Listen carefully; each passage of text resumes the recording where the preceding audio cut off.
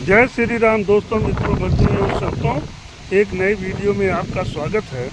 और इसमें मैं वही बात आपको दोहराने वाला हूं जो बहुत ही मुख्य रूप से पूरे विश्व का समाचार बना हुआ है। ईरान इजराइल युद्ध। मैंने इसके पहले एक वीडियो आपको बनाया था, जिसमें बताया था कि उसका लिंक मैं डिस्क्रिप्शन में दे दूंगा। और उसमें मैं पूरा विवरण दिया था कि किस तरह से इजराइल पर हमास,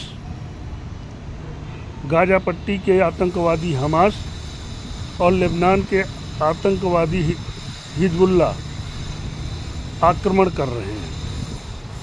तो वर्तमान में ये न्यूज़ आई है कि 100 दिन के युद्ध विराम के बाद पुनः ईरान ने इजराइल पर आक्रमण कर दिया है, ये कहते हुए कि इजराइल जो है लेबनान पे, हिजबुल्लाह पे, लेबनान का जो आतंकवादी संगठन है हिजबुल्लाह, उस पर आक्रमण कर रहा है।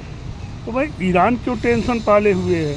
ये सभी प्रश्नों का उत्तर आपको इस पूरे वीडियो में मिल जाएगा। पूरा वीडियो देखिएगा।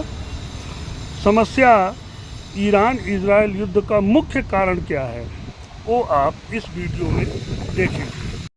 कुछ न्यूज़ एजेंसियां इस न्यूज़ को जो है हाईलाइट कर रही हैं। आप न्यूज़ एजेंसियों के विचार सुनिए, फिर हम आपको बताते हैं कि युद्ध का क्या कारण है, मुख्य कारण क्या है। आप इस वीडियो में पाएंगे कि युद्ध का मुख्य कारण क्या है। तो पूरा वीडियो देखेंगे तभी आप समझ पाएंगे। ये न्यूज़ से संबंधित है। पहले आप देखिए कि ईरान ने इजराइल पर आक्रमण करके कितना नुकसान किया है, और इसमें भारत की भी, मतलब भारत के भी जहाज़ पर आक्रमण हुआ है और भारत उसमें रेस्क्यू ऑपरेशन भी चला रहा है, वो भी आप देखेंगे। यात्री संत चैनल पर पुनः एक नए वीडियो में आपका स्वागत है।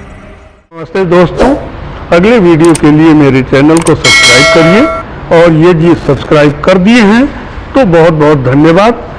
दोबारा सब्सक्राइब करने की आवश्यकता नहीं तो अनसब्सक्राइब हो जाएगा। और इस वीडियो को लाइक, शेयर, कमेंट जरूर करिए। आज की एक और बड़ी खबर है, आपको लिए चलता हूं जंग के मैदान में। 100 दिन बाद फिर से जंग की आग और लपटें दिखाई दे रही हैं। जो जंग रुकी हुई थी, फिर मिसाइल हमलों से गूंज उठी है। देख रहे हैं, ईरान ने इजराइल पर मिसाइल दाग दी है। इजराइल के लिए भी ये सरप्राइज अटैक था ईरान का। आप में देखिए, इजराइल ने दागी है मिसाइल तेहरान पर। तेहरान में हमले के बाद ये धुआं जो उठता नजर आ रहा है, लोगों को डर है कि अब फिर से भीषण जंग शुरू हो जाएगी।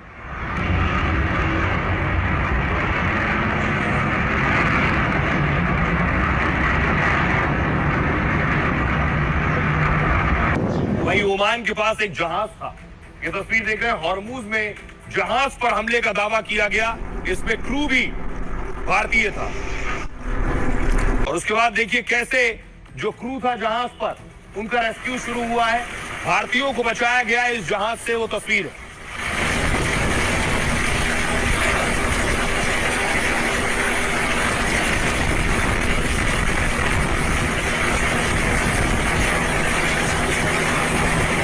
देख रहे हैं, जो भारतीय जहाज पर फंसे थे उन्हें हेलीकॉप्टर के जरिए किस तरह से एक एक करके बचाया जा रहा है।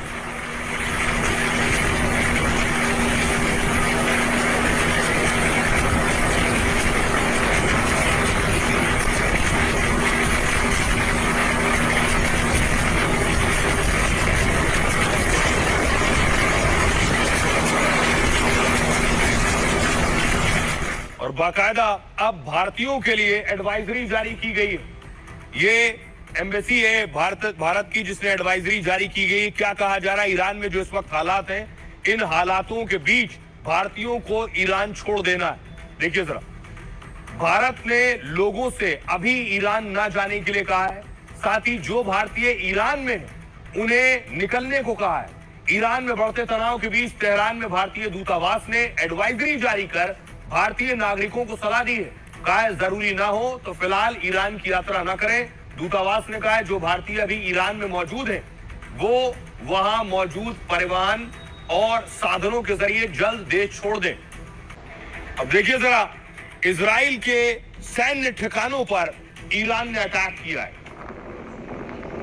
ईरान का दावा है कि उसने हमला किया है उन जगहों पर जो डिफेंस के गढ़ थे, डिपो थे, उन पर अटैक किया गया।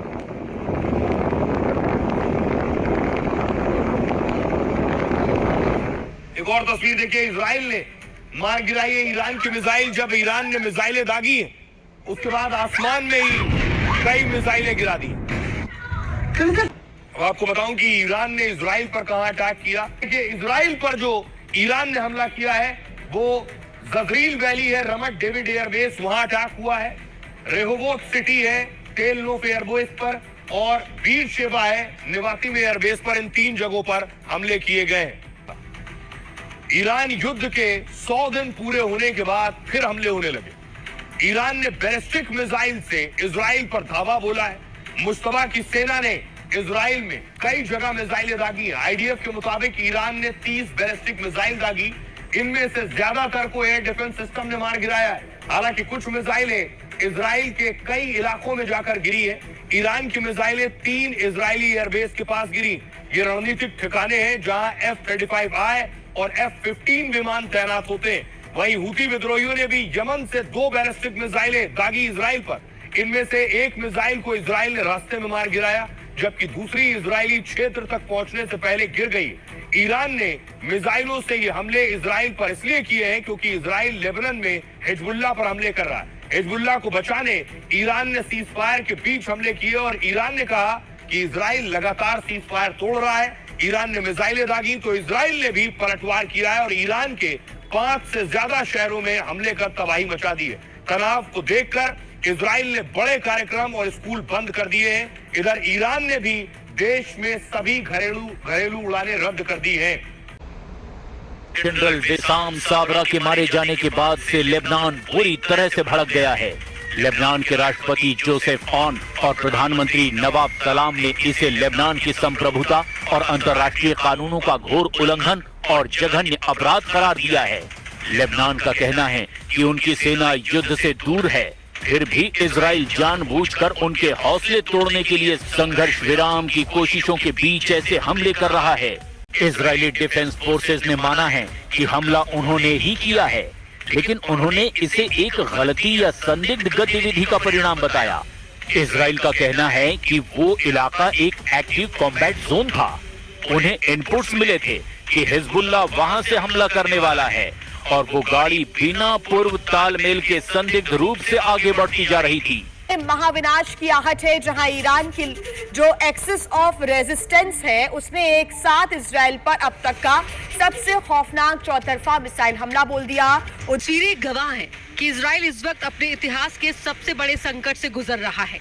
एक तरफ हिजबुल्लाह के ड्रोन इजराइल के अजय माने जाने वाले मरकावा टैंकों को मलबे में तब्दील कर रहे हैं, तो दूसरी ओर यमन के हूती विद्रोही लाल सागर को दहला रहे हैं। 24 घंटे के भीतर इजराइल पर मल्टी फ्रंट अटैक हुआ है। ईरान के साथ साथ हिजबुल्लाह और हमास के हमलों से परेशान इजराइल पर अब हूती विद्रोहियों ने हमला कर दिया है।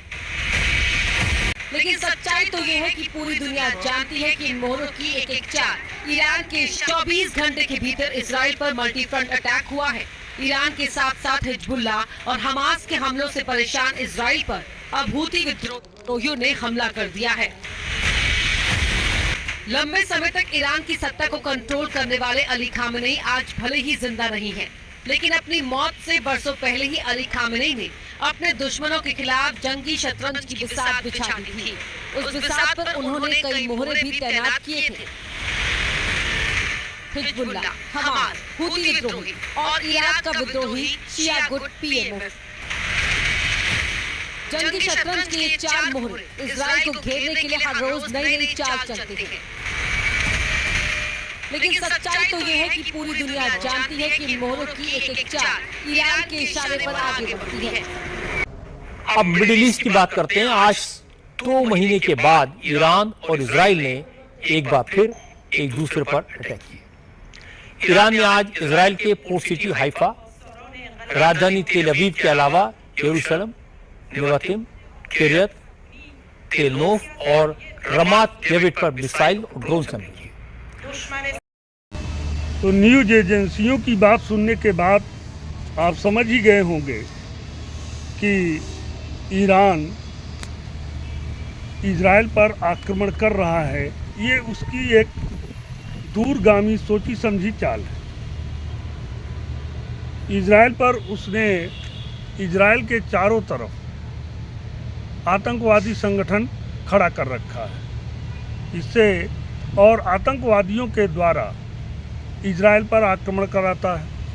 जब इजराइल उन आतंकवादियों को मारने की बात करता है तो वो देश, जिस देश में वो आतंकवादी संगठन है, जैसे गाजा पट्टी में हमास है, लेबनान में हिजबुल्लाह है, तो लेबनान और गाजा पट्टी के लोग बोलने लगते हैं कि हमारे ऊपर हमारी संप्रभुता है, हमारी संप्रभुता को ठेस पहुंचाया जा रहा है, और वो स्वयं आतंकवादी संगठनों को समाप्त नहीं करेंगे बल्कि उनका संरक्षण करेंगे। ऐसे ही भारत में हो रहा है।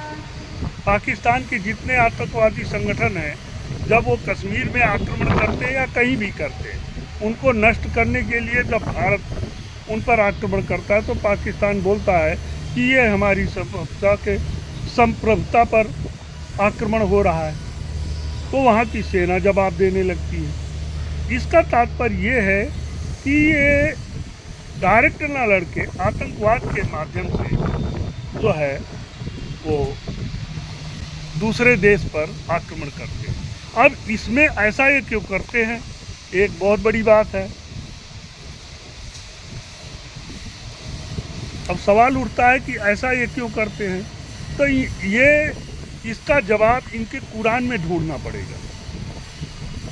इसका जवाब इनके कुरान में ढूंढना। वो कहता है कि मुसलमानों पूरे विश्व में फैल जाओ और जो मुस्लिम धर्म को ना माने वो काफिर है, उसको मार दो, उसकी सभ्यता नष्ट कर दो, चाहे वो मंदिर हो, चाहे चर्च हो, चाहे गुरुद्वारा हो, चाहे जो भी हो।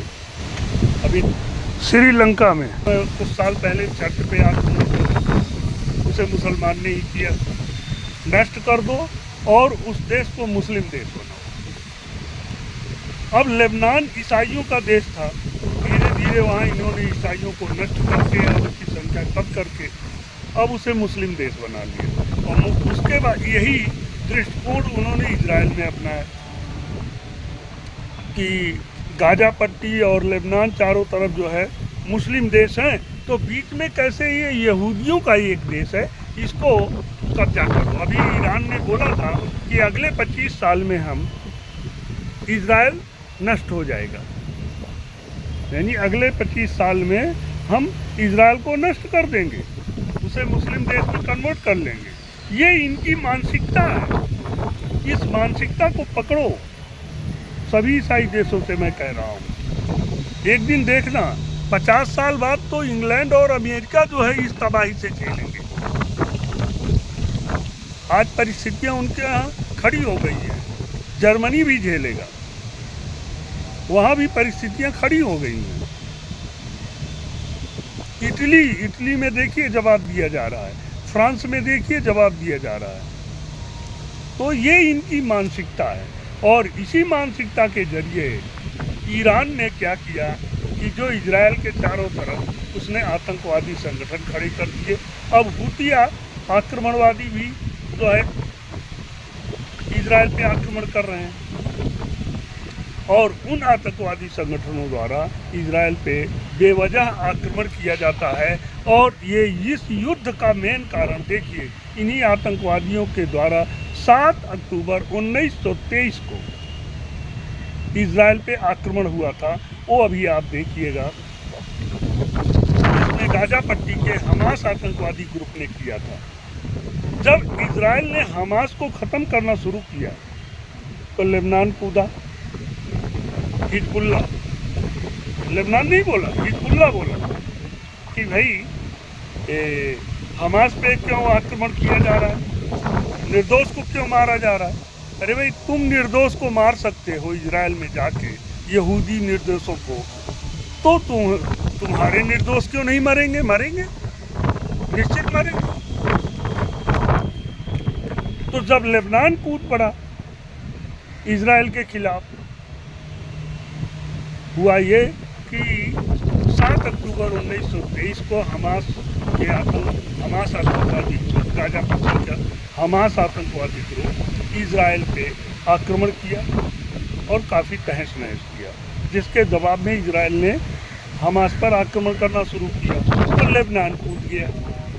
फिर गाजा हमास को ख़त्म करने के बाद जब इजराइल लेबनान पे जुटा,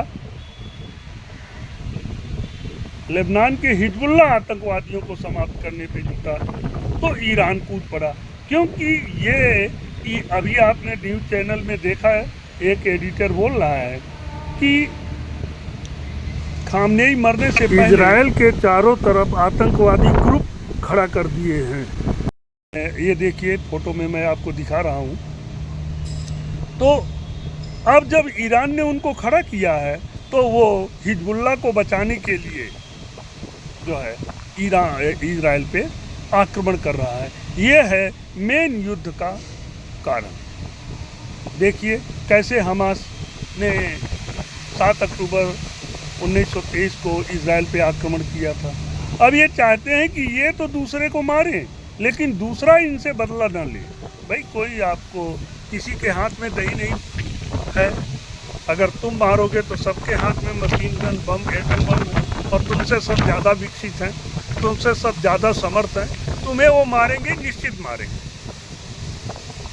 अब देखिए लेबनान क्या चिल्ला रहा है कि मैं युद्ध में शामिल नहीं हूँ। शामिल नहीं हो तो भैया तुम्हारे यहाँ हिजबुल्ला जो आतंकवादी है उसको नष्ट करो ना। क्यों नहीं नष्ट कर रहे हो? तुमने तो ईसाइयों को नष्ट करके वहाँ मुस्लिम देश बना लिया। तुम शामिल नहीं हो। कहाँ नहीं शामिल हो भाई? हर जगह शामिल हो। तो ये मुख्य कारण है। अब आप देखिए कैसे हमास ने इजराइल पर आक्रमण किया था। इस बीच हमास के 7 अक्टूबर के हमले का वीडियो जारी कर इजराइल ने दुनिया को उसकी हैवानियत की हकीकत दिखाई। उस दिन हमास ने जमीन, आसमान और समंदर के रास्ते इजराइल पर एक साथ हमला बोला था और सैकड़ों लोगों को मार डाला था। और हमास के 7 अक्टूबर के हमले के उस वीडियो के जरिए इजराइल ने नरसंहार की तस्वीरें दिखाई, जिनमें हमास के लड़ाके इजराइल के अंदर कत्लेआम करते दिखाई दी। उनमें यह भी दिखा कि उस दिन हमलावरों ने इजराइल के लोगों को बीच सड़क पर मारा था, घरों में घुसकर लोगों को गोलियों से भून दिया था, यहाँ तक कि गाड़ियों को रोककर उनमें बैठे लोगों की भी हत्या कर दी थी। इजराइल के म्यूजिक फेस्टिवल में तो उनकी गोलीबारी में 250 से ज्यादा लोगों की जान चली गई थी। इजराइल ने दावा किया कि उस दिन हमास के लड़ाकों ने किबुत्ज रईम समेत कई इलाकों में दिल दहला देने वाला हमला किया था। उन्होंने न बच्चों को छोड़ा न बुजुर्गों को, यानी जो भी उनके सामने आया उनकी हमास के लड़ाकों ने जान ले ली थी। यहाँ तक कि समंदर की लहरों को भी हमास के लड़ाकों ने इजरायलियों के खून से लाल कर दिया था। अब ईरान कह रहा है मारोगे तो मारेंगे। उल्टा चोर कोतवाल को डांटे भाई। देखिए हमास के आतंकवादियों ने कैसे इजराइल पर 7 अक्टूबर 2023 को आक्रमण किया था और कम से कम कुछ लोग कहते हैं कि 1200 यहूदियों को मार डाला था और थल, जल, वायु तीनों तरफ से आक्रमण किया था। ये उसकी सीन आप देख रहे हैं, एकदम लाइव वीडियो किसी ने चलाया था। तो ये आप देखिए क्या हालत है। ये जल से मारा था, वायु से मारा था और थल से भी मारा था। संगीत समारोह में जाके मारा था। वहाँ की हालत और इजराइल के लिए 7 अक्टूबर 2023 की यादें बेहद भयानक है, क्योंकि ये वही दिन था जब हमास के लड़ाकों ने इजराइल के ठिकानों पर बहुत ही बर्बरता से भरा हमला किया था। हम उसी जगह की तस्वीरें अब आपको दिखाने जा रहे हैं। बहुत गौर से देखिएगा जहां नरसंहार को अंजाम दिया गया था। ये उस जगह की तस्वीरें हैं जहां नोवा म्यूजिक फेस्टिवल चल रहा था और हमास ने यहाँ पर हमला बोल दिया था। ग्राउंड जीरो से अरुण सिंह की ये रिपोर्ट आप जरूर देखें। 7 अक्टूबर की सुबह नोवा म्यूजिक फेस्टिवल, मैं उस जगह पर खड़ा हूं जहां सैकड़ों लोगों को अपनी जान गंवानी पड़ी हमास के हमले में। आज भी 1 साल बाद भी हजारों लोग हर रोज इस म्यूजिक फेस्टिवल की जगह को देखने आते हैं, क्योंकि अब ये इजराइल के लोगों की यादों में बस गया, इजराइल के इतिहास का अभिन्न हिस्सा बन गया। आप देखिए, एक तरफ से सैकड़ों की संख्या में आम लोग जो म्यूजिक फेस्टिवल एंजॉय करने आए थे, खासतौर से युवा थे, उन सबकी जान एक झटके में चली गई जब 7 अक्टूबर 2023 की सुबह हमास के आतंकवादियों ने ऊपर से रॉकेट और नीचे से ग्राउंड ऑपरेशन करना शुरू किया, जिसमें तमाम हमास के टेररिस्ट गन फायर करते हुए किबुत्ज और इस म्यूजिक फेस्टिवल पे आए और सबसे पहले यहाँ पर हमला किया। एक अनुमान के मुताबिक 364 लोगों की यहाँ पर मौत हुई है। 364 लोगों की यहाँ पर मौत हुई है और सबका चेहरा आप देख सकते हैं। जहाँ जहाँ जिन जिन की लाश मिली थी, वहाँ वहाँ उन लोगों की फोटो यहाँ पर लगाई गई है। सबके बारे में यहाँ पर जानकारी है।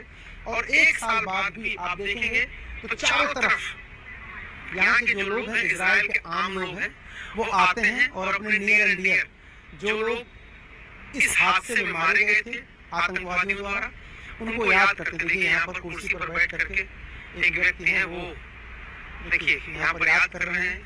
और इसी तरह से पूरा जो मैदान है, ये म्यूजिक फेस्टिवल का जो मैदान है, इसमें हर तरफ लोगों की तस्वीरें हैं, हर तरफ लोग अपनों को याद करने यहाँ पर आते हैं। और चूंकि एक साल हो गया, तो पहली बरसी के बाद यहाँ पर और ज्यादा लोग पहुंच रहे हैं। अब ये मंजर बड़ा अजीब सा है। आपको जिधर भी आप देखेंगे उधर आपको उस वक्त लाशें दिखाई दे रही होंगी। आज भी आप एहसास कर सकते हैं, क्योंकि हर जगह, हर तरफ जो लोग मारे गए थे, जिनकी जहाँ पर लाशें मिली थी, उनका वहीं पर फोटो लगाया गया है। और वो फोटो देखिए क्या कुछ कहानी बयां करता है और याद दिलाता है कि आतंकवाद, हमले, युद्ध, हजारों जिंदगियां ली जाता है, तमाम बेकसूर लोग मारे जाते हैं। इजराइल पर हमला करने के लिए ईरान ने अपनी घातक खैबर शिखन मिसाइल का इस्तेमाल किया है। कई मीडिया रिपोर्ट्स में दावा किया गया है कि IRGC ने खैबर शिखन का ऐसा वर्जन भी ईरान पर दागा जिसके बारे में अब तक किसी को भी जानकारी नहीं दी गई है। मध्य इजराइल में रविवार को दहशत फैल गई जब एक व्यक्ति गोलीबारी करता हुआ कई शहरों से गुजरा। इतनी सारी जगहों से एक साथ गोलीबारी की खबरें आने से लोगों को 7 अक्टूबर 2023 जैसे हमले का डर हो गया, जिसमें 1200 से ज्यादा लोग मारे गए थे। हमास द्वारा इजराइल पे 7 अक्टूबर 2023 को किए गए आक्रमण की कुछ फोटो क्लिप देख रहे हैं और उन्होंने क्यों किया था संगीत समारोह पे आक्रमण, ये आप पढ़ लीजिएगा। और ये है उसका नक्शा और ये आतंकवादी हैं। और देखिए, तो ये भागते हुए लोग,